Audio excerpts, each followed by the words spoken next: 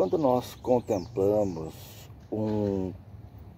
uma escultura ou um quadro, nós sempre nos perguntamos de quem é essa escultura, de quem esse quadro, quem foi o autor desta escultura, quem foi o autor deste quadro.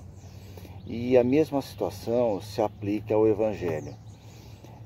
Hoje nós vamos, dentro do tema A Beleza de Deus, Deus é graça, nós vamos observar nos Salmos 86, verso 15, que o Evangelho é, na realidade, Jesus Cristo.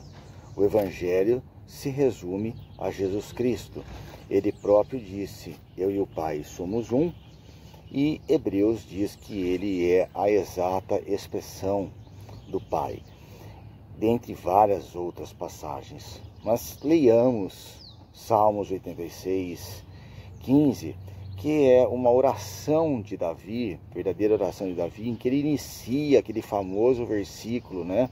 Inclina, ó Senhor, os teus ouvidos e ouve-me, pois sou pobre e necessitado. Então aqui é uma oração muito profunda de Davi, e lá no verso 15 ele vai dizer assim, mas tu, Senhor, é Deus compassivo e bondoso, tardio em irar-se e grande em misericórdia e fidelidade. Vejam, a graça, ela se contrapõe à lei. A lei foi dada por Deus para que o homem pudesse se organizar de uma maneira mínima a ponto de propiciar a vinda de nosso Senhor Jesus Cristo e ele consumar a salvação da humanidade. Mas a lei, na verdade, ela nada mais é do que um grito de Deus no nosso ouvido, dizendo assim, eu duvido que você consiga cumprir tudo isso. Você não vai conseguir. E por não conseguirmos, Deus então derrama a sua graça, deu a sua graça. João vai dizer que a lei veio por Moisés, mas a verdade e a graça vieram por Jesus Cristo. Então, por nós não termos a capacidade de cumprir toda a lei, a graça imerecida de Deus nos alcança e nos dá salvação. Mas por isso nós não devemos cumprir os mandamentos de Deus? Não, absolutamente não. Os mandamentos de Deus, eles são uma carta de amor a cada um de nós, para que nós tenhamos uma vida plena. Quanto mais nós obedecemos a Deus, mais vida em abundância nós temos. Quanto menos nós obedecemos a Deus, mais desgraçada é a nossa vida, justamente porque ela está sem o poder e o amor da graça.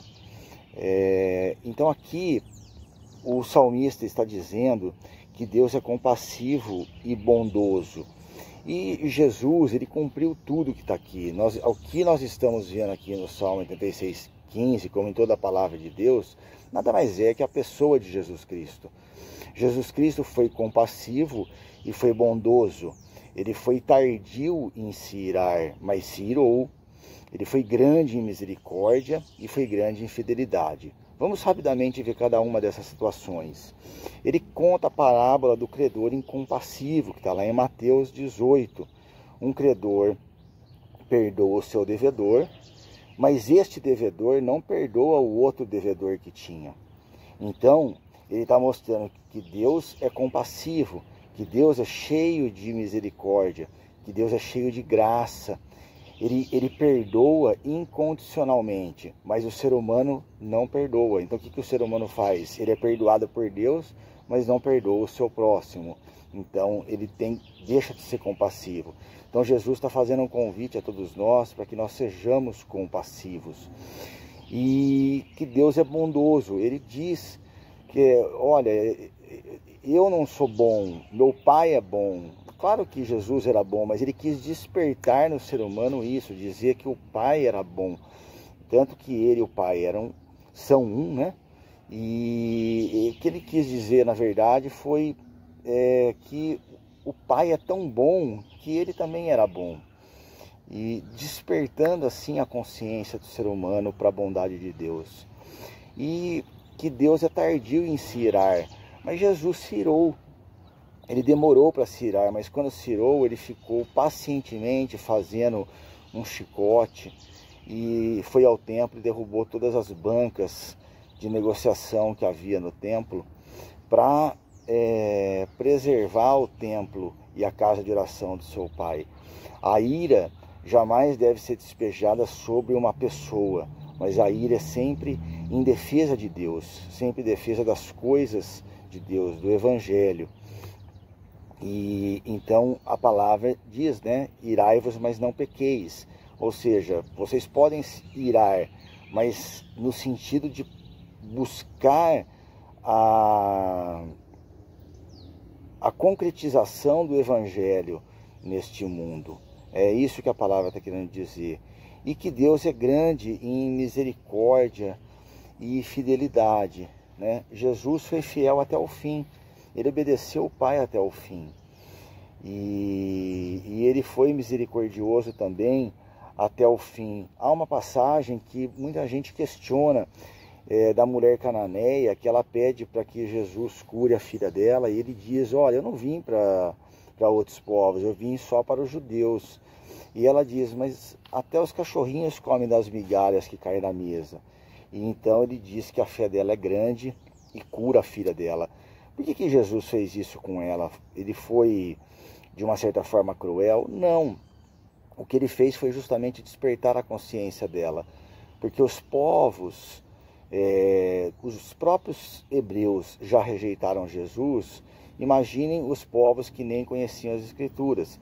Então, para despertar a mente dela e mostrar que ele era o Filho de Deus encarnado, ele teve que agir daquela forma. Era a única forma de produzir fé nela.